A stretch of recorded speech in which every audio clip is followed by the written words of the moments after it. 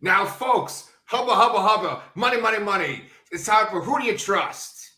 Who do you trust? Me, Anchor Pete? I'm giving out free money. And where is the Brian? I'm here. He's at home washing his tights. Right? Every time you get me with these things. 4 million subscribers. Where are you at? Let's go. That's what it's about.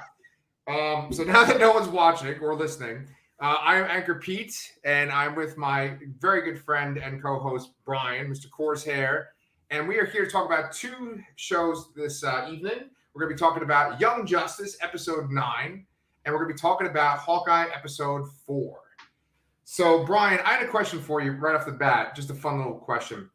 You know when a Marvel show starts on Disney Plus and they do the Marvel entrance, that they show in all the movies? Yeah. Is there one clip that when you see it in that Marvel logo, it gets you excited? Like you're like, oh, look, it's that. Oh man, it's weird. Like I feel like I've seen it so many times now that I don't even pay attention to it, the whole intro anymore. Oh, okay. Well, we just send that to the ground. That's good. The question there, but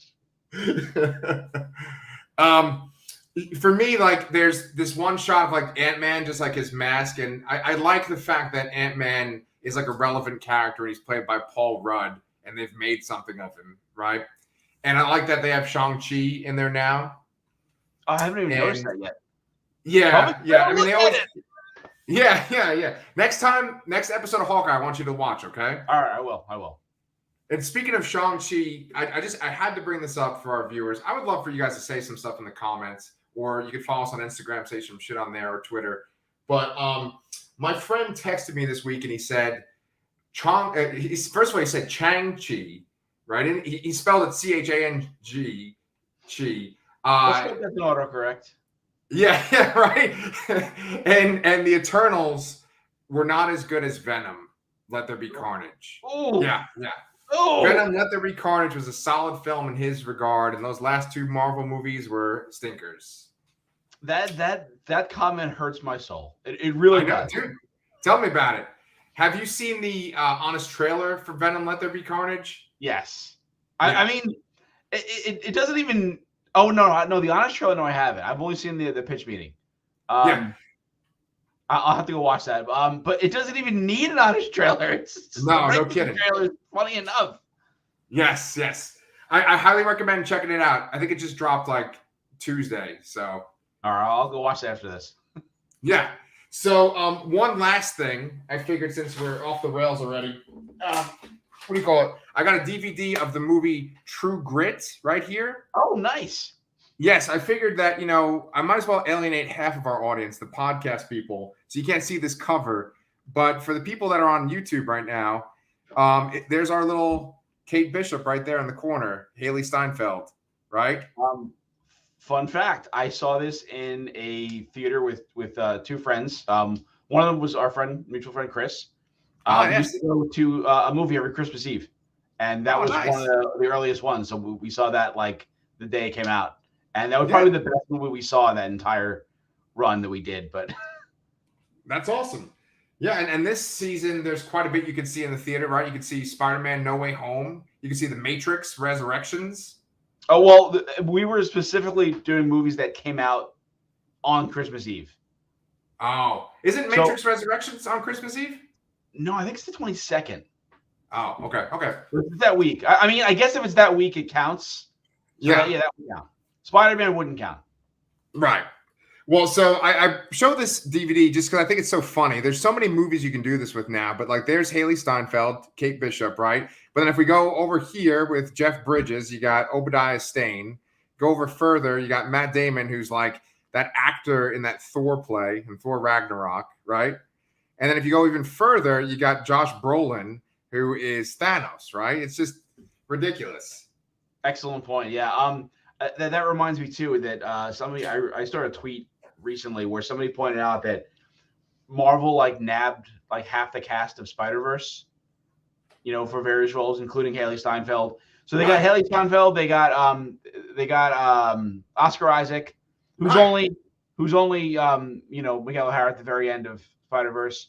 They got the guy I can't pronounce his name who played Miles, and who's the fourth one? There's a fourth one.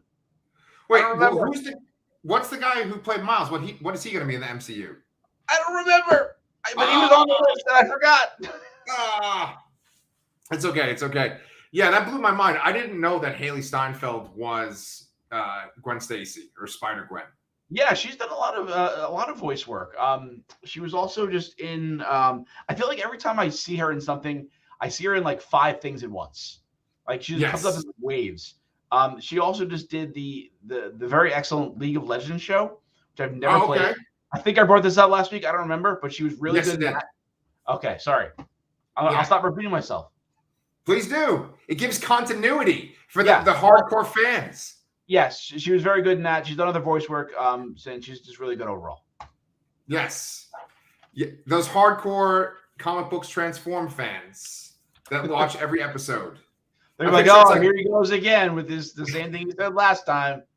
They're like, why don't they show their shirts? They used to show their shirts every eepisode. I love hearing when they show their shirts. Yes, I love hearing. It's the best audio experience ever. I was going to say, though, that this world that we live in currently just blows my mind because you have on the 2 shows we're reviewing tonight, you have 2 of my top 10 favorite characters for each universe. You have Zatanna on Young Justice, and then you have Kate Bishop on Hawkeye.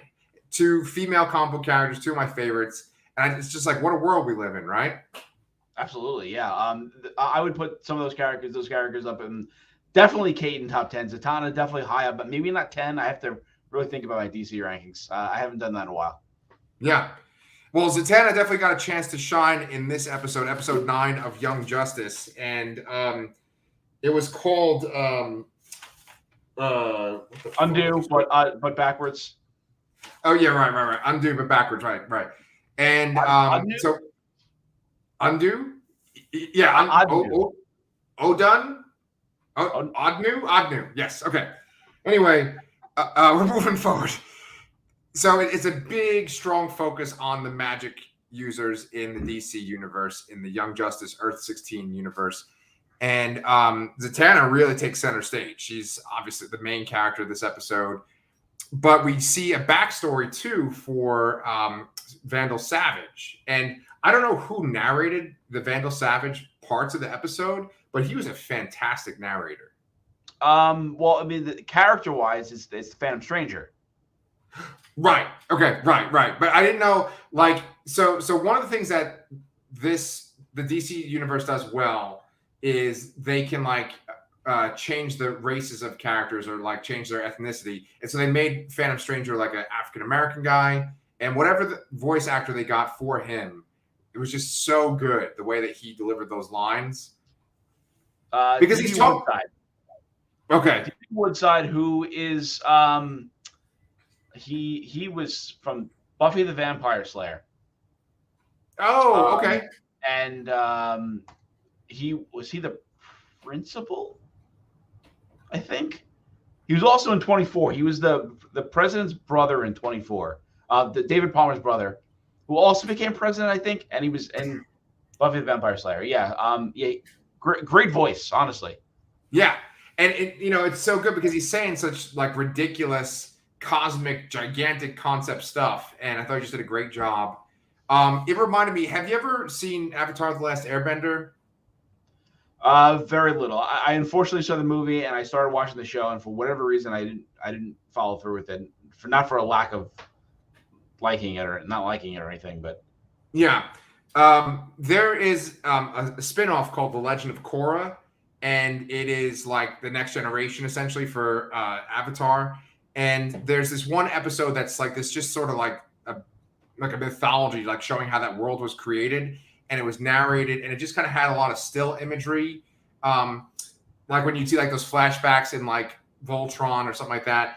And that reminded me of the whole Vandal Savage Clarion sequence. And I love that particular episode of Legend of Korra. And I just really like this episode a lot. I I'm a sucker for like the order and chaos kind of stuff, and especially the DC Doctor Fate order, and then Clarion and chaos. I love that shit. I eat it up. Well, from my understanding here, Clarion was not a Lord of Chaos or aligned with Chaos in the comics, right? Correct. Okay. Yeah, I didn't know. I had to look a lot of this stuff up because I'm not super familiar with the I guess the magic side of DC outside of like the couple runs of Justice League Dark I've read. Right. But that's about it. Yeah, for Clarion, he was a very obscure character, and then Grant Morrison made him one of the 7 Soldiers of Victory when he had that event in the, I guess, like mid-2000s. And he made like a whole new backstory for him. It made the character totally different. And I like that version of him. Clementine really loves him and Tikal, but I could not show Clementine this episode. That's for damn sure. Oh, no. Yeah. Like we said last week, they since they're on HBO Max, it's like, oh, yeah, let's throw some blood in there. Yeah, let's eviscerate a person and have their corpse hanging in the room. Yeah, I was very shocked. Like, especially after last week, I thought that was like as much violence as we were gonna get in the show. But no, yeah, they just had a completely ripped apart dude. Yeah, they turned up the horror. It was excellent. I don't know the female Chaos character. She might be like new to the show. I think she's just going by the Child. Right? Flaw and Child. They are existing characters. I don't think Flaw was a female. I think it was a male. But yeah, it's a character from the 80s. Both of them are characters from the 80s. Mainly interacting with Amethyst and the General, all that stuff. Oh, okay. I can totally see that with another thing I don't know that much about. Yeah, same here. I know it had like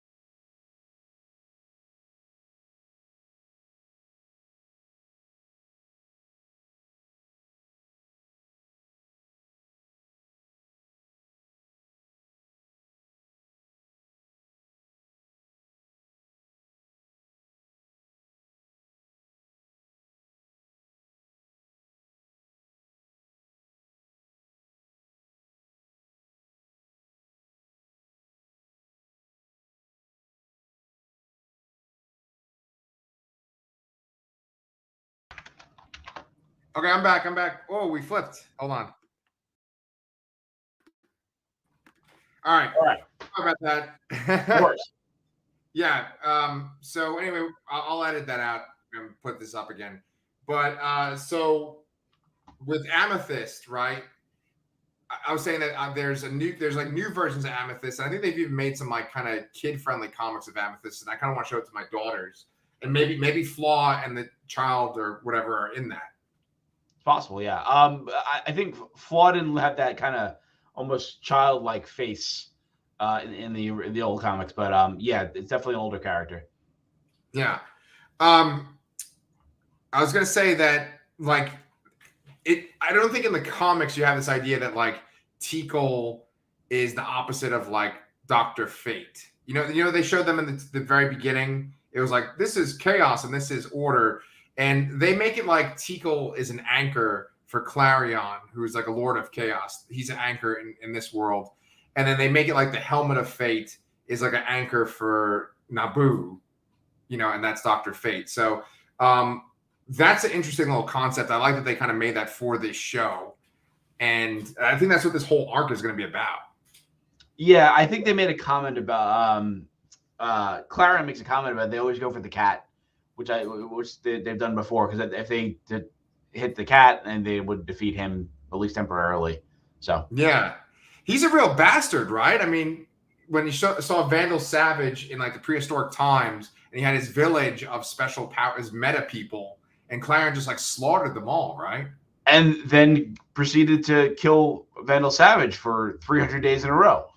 Yeah, it's crazy. Yeah. And it just shows they have this like connection, obviously going back thousands of years. And I'm very intrigued about when he said, "Meet me back in 1,000 years." Like, I want to know what happened then. Yeah, no, that's actually a very interesting point because they don't quite tell you what year that was. I don't think. I think And they said 15,000 years ago. 15. Oh, so it's 1,000 years is long past that. Okay, it's just interesting that they were at that level at some point, but then they were working together. Almost, he was almost under Vandal in a way in the light. So Yes. I would like to see how they got to that point. I hope they revisit that later. Yeah. And when Vandal says, "Meet me in 1,000 years," he says, "Meet me in this village of Atlantis." So I'm assuming that when they meet again, Atlantis will be underwater. The water, yeah. So I forgot about that. Good point. Yeah. So they'll probably be, maybe they'll be like Caldor, Aqualad, or he's Aquaman now. He's Aquaman now, yeah. Yeah. So maybe we'll see him in this story arc too. Yeah, we haven't really seen him. I mean, we saw him in Nightwing, but they don't say very much as of yet. So I imagine that this arc is going to take us to the halfway point of the season, and we're not going to get those characters in a main story until next spring. Yeah. Yeah. So I don't know. You know, we haven't even talked about the main heroes of this episode, Zatanna, and then she has her own little group of students, basically. And so she's got Tracy 13, who I'm not very familiar with Tracy 13, but I did read a miniseries of Dr. 13, who was her dad. And it was written by Brian Azzarello. So it was very unique kind of story. Apparently she has like bad luck powers. And then Khalid, he is like the modern version of Dr. Fate in the comics, right? Yeah. Now, Mary Marvel, she said that she was going by Sergeant, right? When she was a superhero? Yeah. So this is actually her first appearance in the show, although she was intended to appear earlier. But for time and budget constraints, they couldn't add her. So Tracy 13 is the only one of those characters we've seen in an episode before. Okay. I mean, obviously, of the three of those. Sure. So it's obviously, you know, her name was Mary Marvel or whatever, and they don't want to use that word anymore. So you know, they got rid of Captain Marvel. He's Shazam now. So Right. It's I think she was about to say Sergeant Marvel. That I think that was the name she was going to have, but they kind of they don't want to use that word in anything. So that's why they cut her off. Here. Yeah, they cut her off there, and that's going to be it for that probably. But Sergeant Marvel, that sounds weird. Yeah, you know, Mary like Marvel Mary sounds Marvel, kind of childish in a way too, but Sergeant Marvel sounds weird. right. Yeah, Mary Marvel's like a character from like I think the golden age of comics, and you know, she's like very clearly like this feminine female character. It's just weird for her to be called like Sergeant something. I think it's like Sergeant Slaughter when I think Sergeant, right? Yeah. and so I don't know what they're ultimately going to do with the Shazam family characters, like what they're going to name them in the comics. So I don't know if she's going. That's the cool thing about Young Justice is that like she doesn't really need a code name, right? Like yeah, just call her Mary and it won't matter, right? Absolutely. I mean, just the fact that they're still going by the team is you know fine enough that they don't really need code names. Yeah. One thing that I really liked about this episode was that they show that they had a lot of world building in terms of the magic of the Earth 16 universe. Like they were saying how like, you know, magic can be kind of messy or like, you know, you don't want to mess up the real world or have like the world of magic and the real world kind of overlap. And I'm just trying to think of like, there was a lot of exposition, but it was like done in a very good way because like Zatanna was sort of like teaching them as if they were her pupils. I really dug that a lot. Absolutely, yeah. They did a good job with her, the mentor, and they did a really good job of explaining the whole Lords of Order and Lords of Chaos too. I mean, I didn't really have much of a view into that, like I said before, prior to this episode. Yeah. So, do you have any? Oh, you know, we didn't talk about Beast Boy too. Yeah, Beast Boy is still depressed, and we had a little cameo from Blue Devil. I don't remember him ever talking before because I was a little thrown off by the accent. Yeah. As far as like I know, Irish or Scottish or something. Yeah, I think he was Scottish. As far as I know, Blue Devil, it's like he was like an actor in Hollywood and he made a deal with the devil and he got those powers in the comics. I don't know what it's like in the Young Justice universe.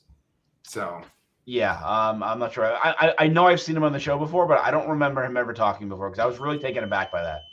Yeah, and it's weird. It's like they clearly made a point to focus on him. He's obviously like one of those magic characters that you see a lot associated with Zatanna and other characters like that. I think the reason why they showed him, unless there's more to his story, is because he was on a team called Shadow Pact, which was like one of my favorite comics ever. And it was a team of DC magic users, but Zatanna was not on the Shadow Pact. But you had like Blue Devil and Detective Chimp and like Nightshade. I can't remember the rest of the team, but it was an awesome book. Awesome, I'll have to check that out. I don't think I've ever read anything about that before. So yeah, it was written by Bill Wilmingham, who was the guy that wrote Fables. Fables, yeah, just a great book. So unless you have anything else about Young Justice, we could pop over to Hawkeye.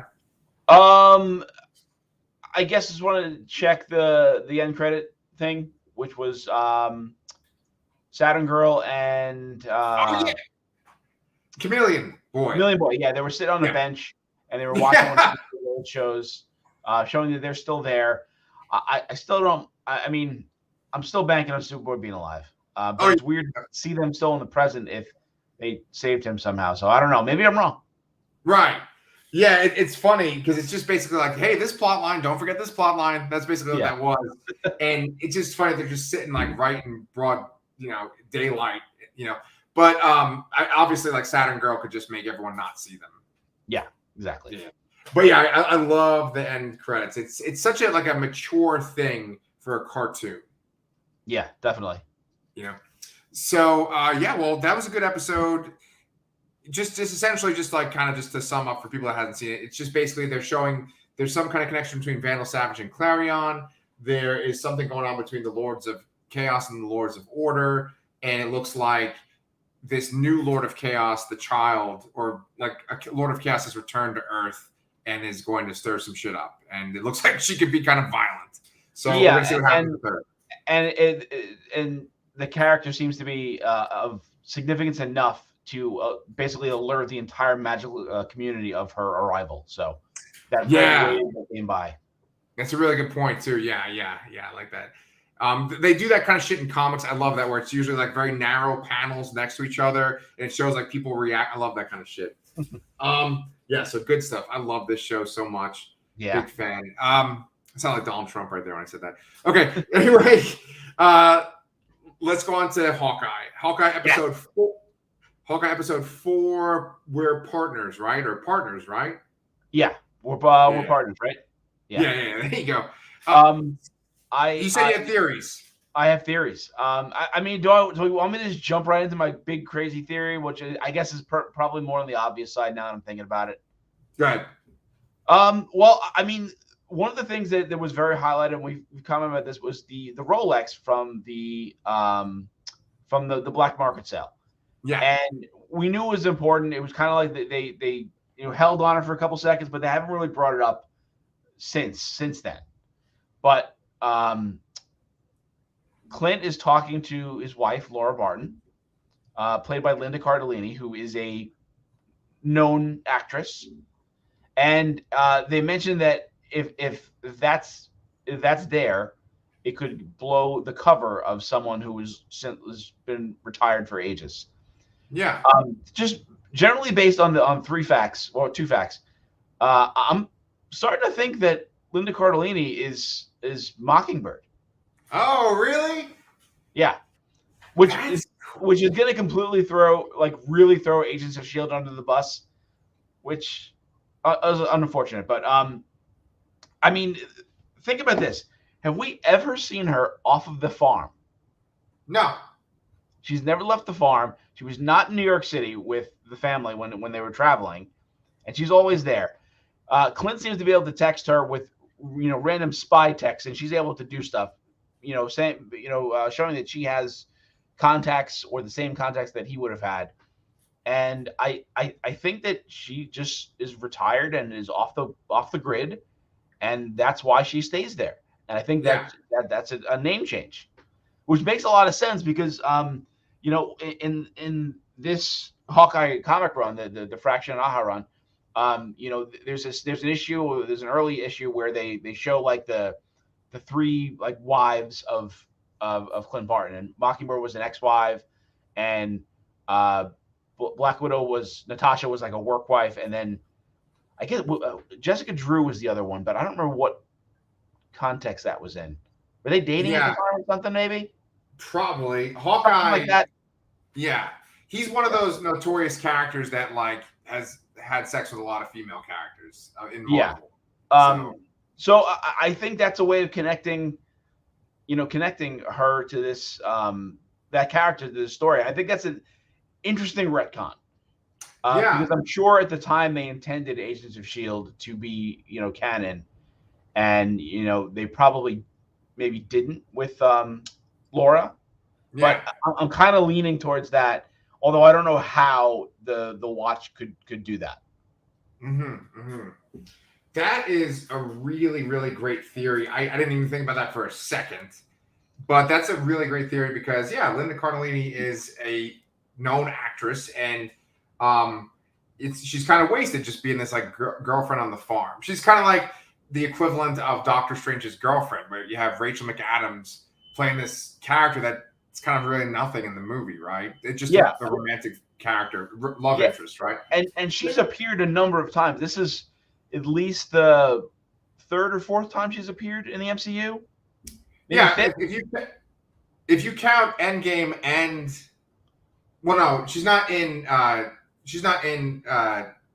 Infinity War at all, but she's in Endgame and she's in Age of Ultron. She just appears in the beginning of Endgame. Right. Okay, yeah. So she shows like she comes back at the end, right? Yeah. Okay, so maybe it's not that many, but she's been there a decent number of times. Yeah, and it brings up an interesting point because like Hawkeye in the MCU is very different from Hawkeye in the comics. Hawkeye has gotten around. He's had a lot of different girlfriends, a lot of girlfriends that we know. And in this movie, it's like he's always been this like devoted father living at home on a farm. So it'd be cool to kind of connect him more to the regular Marvel universe with her. I like that a lot. This is the interesting thing is that I always felt that the MCU Hawkeye was so much more tied to Ultimate Hawkeye. Right. And I think there's even the scene in this episode where he like flicks that little Christmas ornament at the TV. That was a very Ultimate Hawkeye thing. Yes. It was a lot more almost like a bullseye thing almost, Yes. And that Hawkeye had a family. Right. So it was very different. But it just seemed like that was more Jeremy Renner than the kind of I don't know how to describe Clint in the MCU or the Fraction Aha comic. Kind of like apathetic, sort of. I don't know. Yeah, I know what you're saying. It's hard to put like just a one-word adjective on him, but he just is kind of like this laid-back guy that doesn't ever get worked up. And in this, I mean, Jeremy Renner is very subdued too, right? But he just in the comics he seems a bit more clueless. Yeah, he's not like clueless, but he gives off that vibe.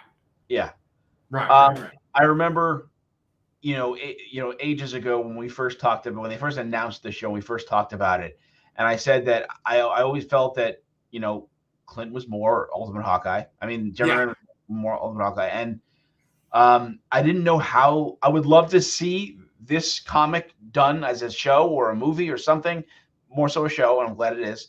Yeah. And I didn't know how they were going to meld those two things together, but honestly, they did an amazing job of it. Sure, yeah. They're putting in basically like everything from the comic, and I just didn't think it was possible, and they're doing it. They're finding a way of doing it, and the show is really impressing me. Yeah, they're even like getting the Kate Bishop comic melded in there too, because like Kate Bishop always kind of has these little friends, these little sidekicks in her comics too, and they're kind of doing that with like the LARPing people now too. See, I thought the LARPing people were more a symbol of the neighbor, Clint's neighbors, and the apartment building he owns in the tenants, yeah. Which I don't know how we didn't call this out, but the firefighter guy that had the Rona, that's Grills, right? I don't know how I missed that. Or yeah. It's real good. I mean, I honestly I forget, like, whose apartment is that they're staying at? Is it Kate Bishop's? So it's Kate says it's her aunt, and it's Maria Brandon, who is a comic character from the West Coast Avengers. She's an old lady. It was like a side character in West Coast Avengers. Oh, okay. The new West Coast Avengers. No, the old '80s West Coast Avengers. Oh, okay. Yeah, Wow. yeah. They've pulled from all eras here. Dude, you do your research, man. Yes. Well, I love this show. Yeah. So we haven't even talked about the fact that Black Widow's sister, Yelena Belova, shows up in this episode. Yes. So I have things to say about that too. So okay.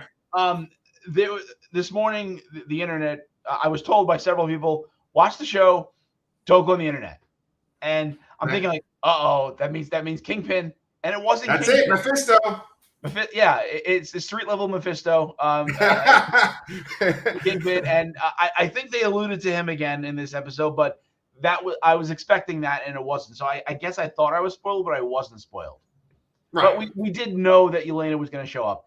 I don't know. I'm actually sort of surprised that people were that excited about it, because she shows up very, very, very briefly, doesn't have any lines, and it seems almost out of place in a way. Yes. It seems like a very convenient time for her to show up. And I think it was interesting that she seems to be very singularly focused on Clint in that fight. I mean, she also hits Echo a few times and Kate as well, but it's you can tell that they're not working together. Echo and Yelena. No way. No. But it seems weird, and also but at the same time, like, Clint makes this big deal about like, oh, well, a Black Widow assassin just entered the game here, so this is like turning up a whole notch. Right. I don't know. He was just standing there on the roof. I mean, like, if you wanted to kill him, why didn't you just shoot him from the other roof when he wasn't paying attention? Yeah. Like, why go up and fight him? Yeah. I mean, I guess they could probably write off like she wants him to suffer, like just shooting him would be too quick. I don't know, but you're right. Like, it wasn't a surprise at all. Like, seeing her in this episode. Like, this whole show has been like a comedy of errors, right? Where Kate Bishop gets roped in because she puts on the Ronin costume, and that's how Hawkeye gets connected with her. And now Yelena Belova is just showing up randomly, and he's thinking it's an assassin that's connected to Tracksuit Mafia, but it's all like a comedy of errors. It's just like these random factors just coming together. Well, he thought it was Echo at first, but then we're seeing Kate's view, and she's actually fighting Echo because it was her apartment they broke into. Yeah. Yeah, I thought that was well done. Where he's like, you hear him kind of grunting, and he's fighting, and he's like, "I'm fighting Echo." It's like, "No, you're not. She's right here." I like that. Yeah. And I also like that Echo's apartment, or whatever the apartment they were in, had like flashing alarms. I know for like deaf people, that's what their fire alarm or their smoke alarms are like. It's like instead of the sound.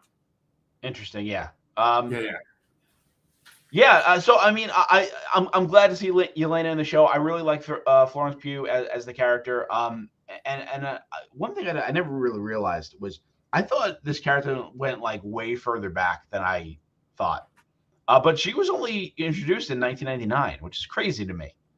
Oh, okay. I was thinking it was like I could swear I had a early 90s Marvel card of this character, but I guess I'm totally making this up, like Mandela effect kind of thing. Yeah, that happens. Like, I remember my first kind of introduction to Black Widow was when she had like short red hair. And as far as like Marvel cards go, that's the only kind of Black Widow I remember. And I was like, oh, that's kind of interesting. She has short hair for a girl. It's like so silly that we think that now.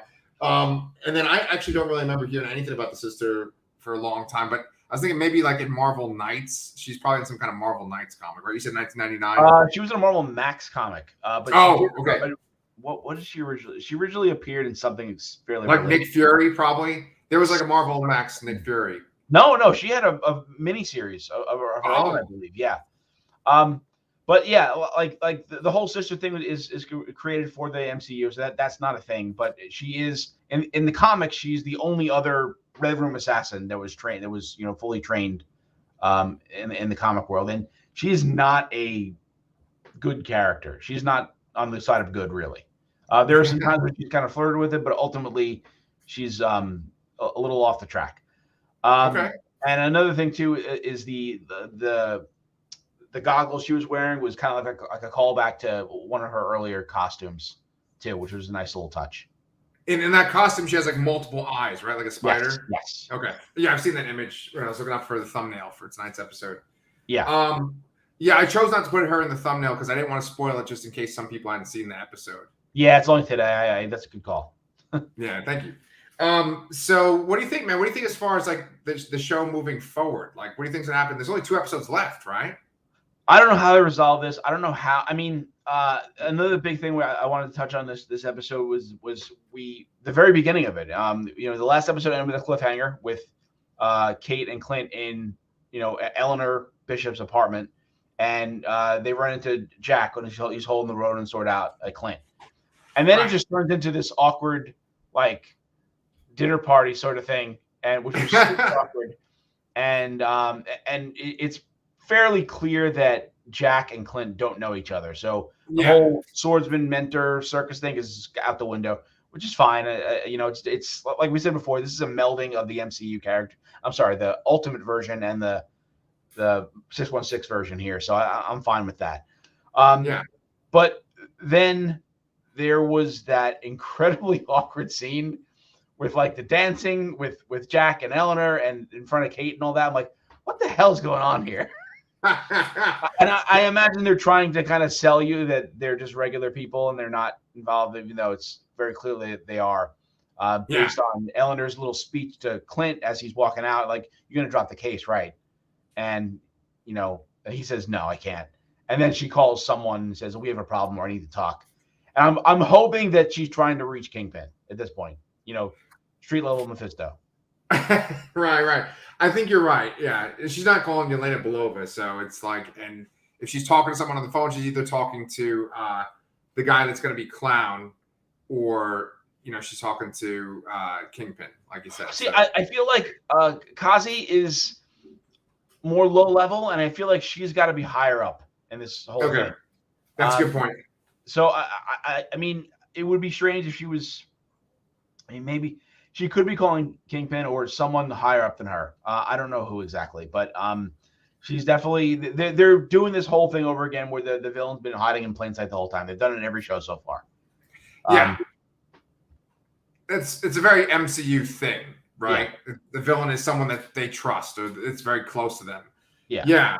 That scene that you're talking about was, I thought it was pretty awkward. And that actor that plays Duquesne, he does this fantastic job on Better Call Saul. But I thought the acting was just awkward in general. Like Vera Farmiga is just this incredible actress. And I think maybe it was the actual dialogue they had to do or maybe the direction. But I understand it's the idea of like everyone has their own agenda. And so there's a level of fakeness to it. But that scene in particular just kind of bothered me. I didn't like the acting or the way that was. When I said awkward, I think it was intentionally written to be awkward. So I think I don't think it was poorly acted or anything like that. I think it was meant to sort of say that everyone's kind of involved here, but not everybody knows how yet. So they're trying to kind of dance around it and create some weird tension in the room. And I think it succeeded in there, but I mean, it was a little weird to watch. Yeah, well, it's good because it kind of sets up this scene where you mentioned it too, that the mom talks to Clint and she brings up Black Widow. She brings up Natalie, right? Natasha. Sorry, Natalie. Not the fuck I'm saying. And then you have that sequence where Clint later in the episode turns off his hearing aid and he sees Black Widow after he talked about her to Kate Bishop. And I just really liked that sequence. I like that he turns off the hearing aid, he sees her, and then like his face just goes out of focus. I thought that was really well done. Yeah, no, they're doing a really great job of portraying his. Much like Justice, they're doing a great job of portraying grief. Yes. And PTSD in a sense, What else did they show besides? Because they showed them on the planet and Black Widow saying it's okay, but I could have sworn they showed something else too that he saw. when he like turned off the. Maybe it was like his family saying like, "Oh, you're not going to be home" or something like that. Yeah, it was his family. They showed us the picture, some scenes of his family from the other movies when they were younger looking, before they got. But yeah, so it was a bunch of MCU movie scenes. Yeah. Yeah, I think didn't they show like a little bit of him as Ronin, Yes. and then they showed like his family coming back. Yeah. So that's well done. Yeah, you're right. They're really kind of capturing his PTSD and like the amount of crazy shit that he's been in. Yeah. And it looks like one of the Tracksuit Mafia has joined our conversation. He said, Hey, bro. Nice. There you go. So I think that's kind of it for Hawkeye, unless you have anything else you want to bring up too. No, that was it. But I mean, that was my big theory, was the whole Laura Barton Mockingbird thing. I hope they go that route. I hope it's not me getting overhyped with my dumb theories. I would absolutely love it if that theory was true. I think that is an awesome idea of just connecting him to Mockingbird, because I have always thought like that's his love, that's his wife. I don't think they're together in the comics currently, but yeah, I love that idea. That's great.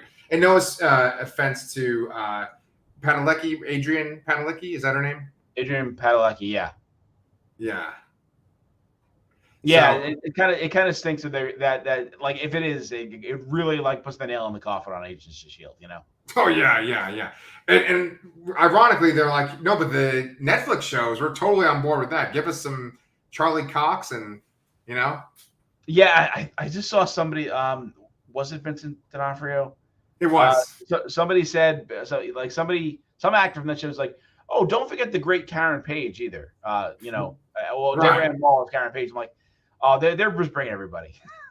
Yeah, dude, just cherry pick it. Just take the stuff that works from the MCU. I mean, from the Netflix shows, and just bring them into the MCU. There's so much good there, and then just kind of, you know, don't worry about the stuff that didn't work. Like leave Iron Fist in the back. You know, well, I imagine they could take everybody, and everyone would be really happy. And I imagine that if they're going to do Iron Fist again, they're going to go with the more very recent new Iron Fist, who is an Asian character. I don't even know the character's name yet, but yeah, that's probably the only thing. And I really think they're just really cherry picking these actors, and that's going to be it. Like those shows are out of canon completely. There's nothing about them. It just happens to be the same people, much like, you know, we have J.K. Simmons in Spider-Man again. Right. I think you're 100% on the money. And I want to give a little shout out to Sir John, who's got a little emoji picture or whatever of a guy with, you know, his butt sticking out. Avengers don't punch in cards. I guess Spider-Man will not cover any shifts. Too busy taking vacations. That's true. And Far From Home, he's on a vacation. And then, hello, Wanda. It's Clint. Can you fight some red tracksuit goofs? Thanks for the call, Clint, but I'm a little evil right now. That is true. Yeah. So anyway, thanks to John for comments. We love when you guys like say stuff too while we're talking in the episode. We appreciate your feedback and like what you guys have to say about the shows too. Oh, wait. On that note, I think we're gonna wrap it up for. Wait, show that last comment he's put on there. Oh! I almost missed this one. So, John, with your little butt picture right here, is the watch Matt Murdock's. In this universe, he becomes Bullseye. He has the world's greatest eyesight. Okay, well, that'd be a twist and a half. That would be interesting. So earlier in the show, we're speculating that the watch has something to do with Laura Barton, who I'm suspecting is the MCU's Mockingbird. Yeah. So hopefully, I think that would be a mind-blowing thing. If I like your theory, and I hope that is the case, that it's Mockingbird. But wouldn't that be interesting if like Daredevil was retired and it is Matt Murdock's watch, and maybe Matt Murdock, like, I don't know. Who knows?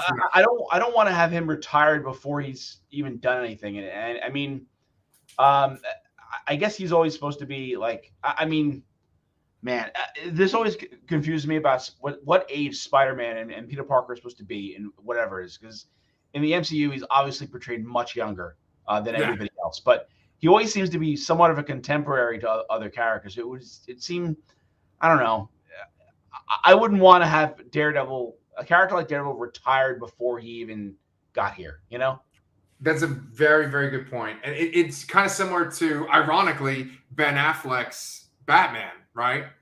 Because Ben Affleck played Daredevil and Batman, right? But Ben Affleck's Batman is like this retired Batman when we first meet him. Yeah, I don't like that. Yeah. But that'd be a cool twist. It would blow people's minds if it's like, here's your watch, Mr. Murdoch. That would be, But I like your theory though. Bro. Yeah, I feel like we're gonna get the double whammy of Kingpin here, Matt Murdock, and Spider-Man. Very right good. Around a good week or two apart. Oh man, that's gonna be some nice nerd orgasm shit right there. I like that. Cool, nerdgasm. So anyway, that's it for tonight's episode. Brian, it's always been a pleasure talking to you, and we will be here next week at 9:15.